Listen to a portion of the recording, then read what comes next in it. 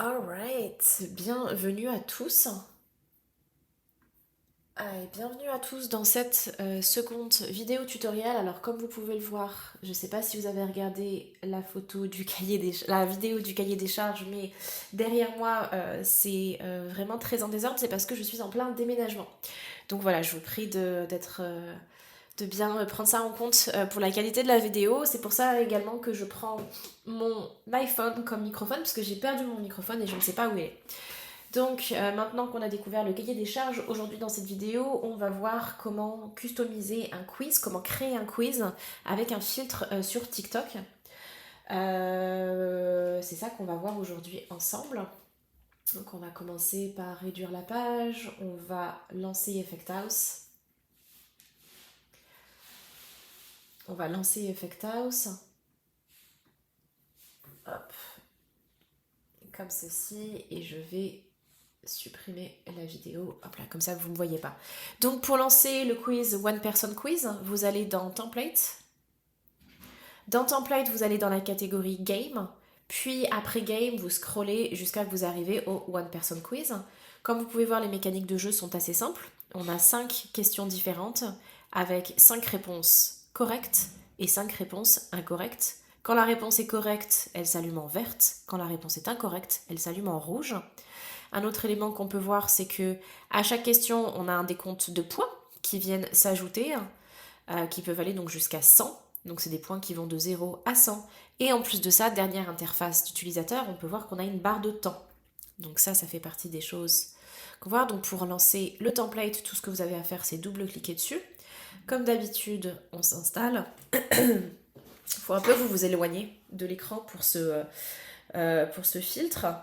Et là, comme vous pouvez le voir, ça me donne des points par rapport à le jeu. Maintenant, décortiquons qu'est-ce qui se passe dans le template en lui-même. Ici, vous avez les conseils pour pouvoir changer les assets directement dans le filtre. Mais tout ça, on va le voir de toute façon un par un, donc vous pouvez simplement le déléter, hein, tout simplement. Ce qui nous reste avec des éléments dans la hiérarchie, des éléments dans l'asset et des éléments dans le visual scripting. Donc on va regarder tout ça. On va commencer par ici, dans les assets. C'est ici qu'on va voir les 5 questions qui sont notées de 0 à 4. Donc question 0, 1, 2, 3, 4. Et nous avons ensuite les réponses qui sont notées de 0 à 4. Donc réponse correcte 0, 1, 2, 3, 4. Réponse fausse, wrong answer, de 0 à 4. Donc ça va faire partie des éléments qu'on va apprendre à changer. Une autre chose que vous pouvez apprendre à changer directement, c'est une fois que vous avez créé vos questions, vous allez pouvoir les changer directement ici dans le visual scripting, mais moi je vais vous montrer une technique encore plus rapide. Et une autre chose qu'il est possible de changer, c'est la duration du jeu, donc la duration qui est donc la durée en anglais. Comme vous pouvez voir, c'est assez rapide, c'était assez challengeant, je trouve, comme jeu à la base. Donc vous pouvez très bien changer le 12 secondes pour, par exemple, 20 secondes, ce qui fait que la barre de temps, comme vous pouvez le voir, se déroule beaucoup plus lentement. Donc ça, ce sont les éléments à connaître. Voilà, il est aussi possible de changer les images que vous voyez ici, qui sont les textures. Donc ici dans la question, par exemple, vous pouvez changer la couleur. Donc comme vous pouvez le voir ici dans la scène, excusez-moi, on va couper la couleur. Dans la scène, il est possible de customiser ce qui est déjà fait. Alors la customisation est assez simple, hein. Il s'agit juste de pouvoir changer la couleur. Vous voyez, du filtre. Je vous conseille pas nécessairement de faire ça manuellement, mais je voulais juste vous montrer que c'était possible. Vous pouvez changer l'opacité, la taille. Donc ici, vraiment, quand vous cliquez sur les questions, vous pouvez voir que ici dans la scène, ça se sélectionne et automatiquement, ça va vous donner une manière de customiser l'interface. Voilà. Par exemple, il suffirait simplement, imaginons que vous voulez le changer en rouge. Vous pouvez le faire aussi simplement que ça. Cela dit, on va apprendre à le faire manuellement aussi et à regarder comment changer. Par exemple, imaginons ce que vous voulez, c'est que au lieu que la question, le background, on peut voir que c'est un peu une sorte de tableau à créer, hein, ça donne un peu le style d'un tableau à créer. Ben, on va voir comment changer ça directement. On va commencer par préparer nos assets. Donc pour faire ça, c'est facile, il suffit de sauvegarder le filtre. Vous allez faire File, Save As, et vous allez sauvegarder votre filtre dans un endroit qui est facilement accessible. Alors moi, je vais le mettre directement sur le bureau de mon ordinateur. Voilà. Voilà, et je vais garder ça ouvert. Mais ici, maintenant, j'ai le One Person Quiz. Donc, super pratique. Comment on fait pour ouvrir les assets? Il suffit d'aller dans Assets et ensuite One Person Quiz Assets. Et là, vous avez les questions qu'on va remplacer une par une. Pardon, ça, ce sont les réponses Answer, Replace Me. Donc là, on a les 5 réponses correctes, les 5 réponses fausses. Et dans Questions, on a les 5 questions à poser. On a aussi vu qu'il était possible de changer le fond. Donc là, vous voyez, c'est là au-dessus qu'il y a les questions. Donc imaginons vous changez cet asset, qui est donc un élément PNG. Vous allez pouvoir changer le fond. Donc ça, c'est quelque chose qu'on va apprendre à faire aussi. Au niveau de comment on fait pour le changer, vous avez plusieurs options. Vous pouvez évidemment, attendez, je vais me remettre visible, comme ça on peut en discuter et on se voit. Vous pouvez tout simplement utiliser les assets qu'il y a ici et les ouvrir par exemple dans Photoshop, si c'est votre cas.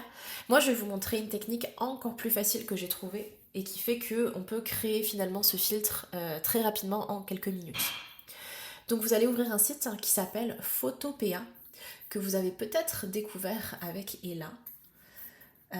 C'est Ella qui m'a conseillé de l'ouvrir et il est absolument génial parce que déjà il n'y a pas besoin de se créer de compte. Ça c'est très très pratique. Donc ce que vous allez faire, c'est que vous allez ouvrir photopea.com et ensuite on va commencer par les questions. Alors là, il vous suffit simplement de prendre question 0, de le dropper ici et automatiquement vous allez avoir votre image en PNG. Alors comment on sait que c'est une image en PNG? Parce qu'il y a un fond quadrillé qui fait en sorte que le fond est transparent et ça c'est super important, il faut conserver ce fond transparent. Un détail, c'est que si vous ouvrez ce fichier dans Canva, il va falloir que vous payiez la subscription pour pouvoir garder le fond transparent, ce qui est très chiant. Et moi mon objectif c'est toujours que tout soit accessible le plus possible. Donc hop, je vais me mettre sur le côté. Comme ça, vous me voyez pas. Je vais me mettre au niveau de la pub. Voilà. Donc, vous avez ouvert la question 0. Qui est donc 9 au carré. La première chose qu'on va faire, c'est sélectionner la gomme. Et on va effacer ceci. On va effacer ceci. Et je vais aller m'ouvrir mes questions qui étaient dans mon fichier. Ça sera pas long. J'ouvre mes 5 questions que j'ai préparées et qui se répondent par oui ou non. Et je vais commencer tout de suite par les écrire. Donc j'appuie sur le T ici pour typo. Et je vais maintenir sélectionner ma souris pour créer un cadre comme ceci. Et je vais poser ma question qui se répond par un oui ou par un non, qui est: as-tu déjà utilisé un logiciel de réalité augmentée? Alors on pouvait le voir dans le filtre qu'on avait, que le fond était noir. Dès lors, nous allons nous assurer que l'écriture qu'on va utiliser reste blanche. Alors là, vous voyez qu'il est possible de changer la police de caractère, par exemple. J'aime beaucoup le Delta Gothic One, je la trouve épaisse. Je trouve qu'elle va bien, donc je vais la garder. J'aimerais bien aligner mon texte. Évidemment, ce que j'aimerais, ça serait le grossir. Mais j'aimerais le garder sur 3 lignes. Ah, comme ça c'est pas mal. Et puis bien sûr ce que j'aimerais ça serait l'aligner, de manière à ce qu'il soit au milieu. Comme vous pouvez le voir, ce qui est assez intéressant, c'est de voir que mon texte est aligné et que je respecte aussi les marges. Vous voyez ici l'espace en haut et en bas est à peu près égal. Ici il y a des espaces à peu près égales. C'est quand même assez important d'avoir des marges. Assurez-vous que votre texte par exemple il soit pas croppé ou qu'il soit pas trop près des bordures. De façon à ce qu'il y ait un alignement qui soit quand même agréable. Et c'est là où ça devient super pratique, c'est que vous allez surtout pas changer ne changez surtout pas le nom du fichier, parce qu'une fois que votre question est terminée, tout ce que vous avez à faire c'est File et ensuite Save. Save Change. Donc je le refais, File, Save. Et ensuite, vous avez le prompt qui s'ouvre et qui dit Save Change, d'accord? C'est super simple, ce qui fait que quand on rouvre notre fichier avec tous nos assets, et ben automatiquement, la question qu'on vient de créer a été remplacée. Hop, vous voyez, on clique dessus. Et automatiquement, la question va être updatée dans le filtre dans TikTok et Effect House qu'on a laissé ouvert. C'est ça qui est assez fou. Donc en fait, c'est super, super rapide. Hop, et là, vous voyez, j'ai rien touché. Automatiquement, parce que j'ai gardé le même nom du fichier et le fichier est au même emplacement, j'ai même pas eu besoin de le changer dans Effect House. Automatiquement, j'ai la question qui s'est remplacée. Donc vous voyez à quel point ça peut être facile et rapide. Donc on va refaire l'exercice un par un. Donc là, ce que je fais pour cette fois-ci créer ma deuxième question, j'ai juste à reloader Photoshop, photopea.com. J'ouvre mon dossier, cette fois-ci on va prendre la question 1, je le drop and drag, je le zoome pour avoir un meilleur aperçu. Après, je prends ma petite gomme, j'efface mon fichier transparent. J'efface mon image PNG de manière à ce que tout disparaisse. J'appuie sur le T pour typo et je vais me recréer un cadre. Hop, bien aligné. Je vais prendre ma deuxième question qui est: est-ce que tu pratiques un sport régulièrement? Bon, mes questions sont assez basiques, hein.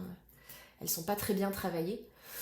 Là, comme d'habitude, je m'occupe de la mise en forme. J'aime que mon texte soit blanc, aligné, un peu gros.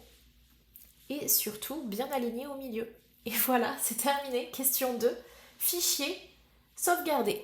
Et save change. That's it.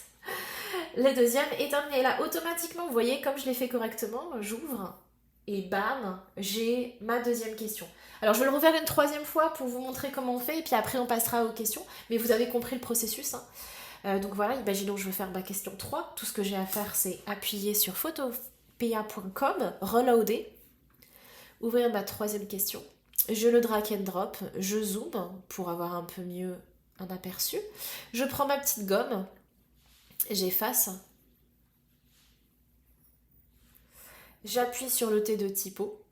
Je crée mon cadre. Vous voyez, je maintiens ma souris un point appuyé et je relâche.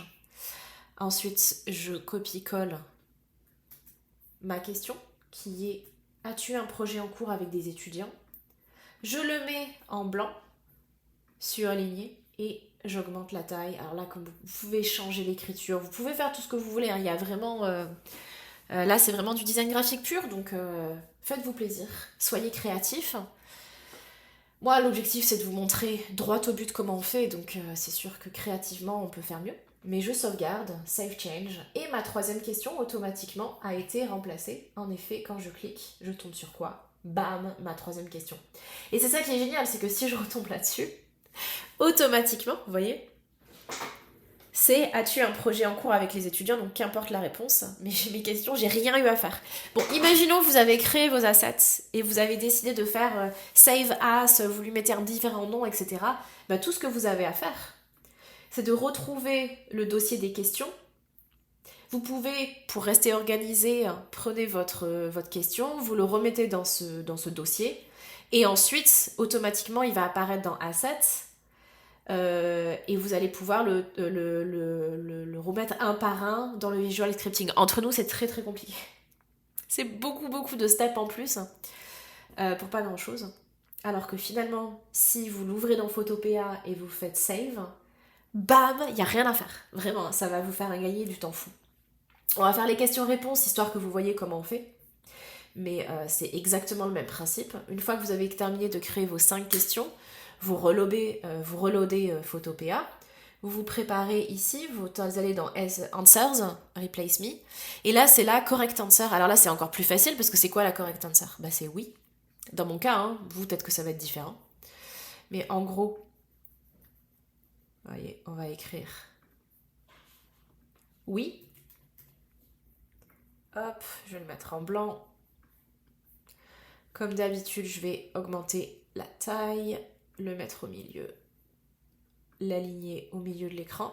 Super. Et je fais File, Save. Ok, je fais Save Change.